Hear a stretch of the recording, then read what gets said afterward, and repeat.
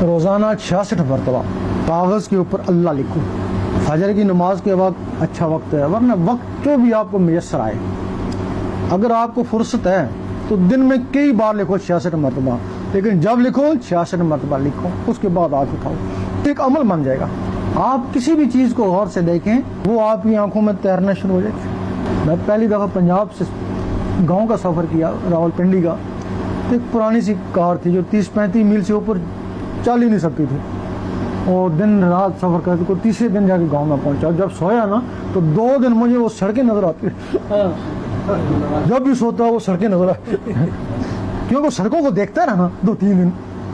اسی طرح جب تم لفظ اللہ کو دیکھتے رہو گے نا تو وہ اللہ تمہاری آنکھوں میں آ جائے گا، اس کا تصور تمہاری آنکھوں میں آ جائے گا. جب اللہ کا تصور آنکھوں میں آ جائے تو پھر لکھنا بند کر دیں. آنکھوں سے پھر توجہ سے اس کو دل کے اوپر اتارنے کی کوشش کریں. اگر اللہ نے چاہا جو آپ کاغذ پہ لکھتے تھے نا وہ آنکھوں پہ کاغذ پہ لکھتے تھے نا وہ دل پہ لکھا نظر آئے گا نا، وہ دل پہ چلا جائے گا نا.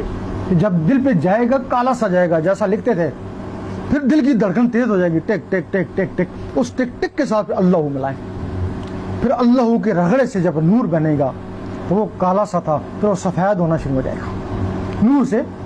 پھر جب سفید ہونا شروع ہو جائے گا تو ایک دن بالکل سورج کی طرح چمک رہا ہوگا.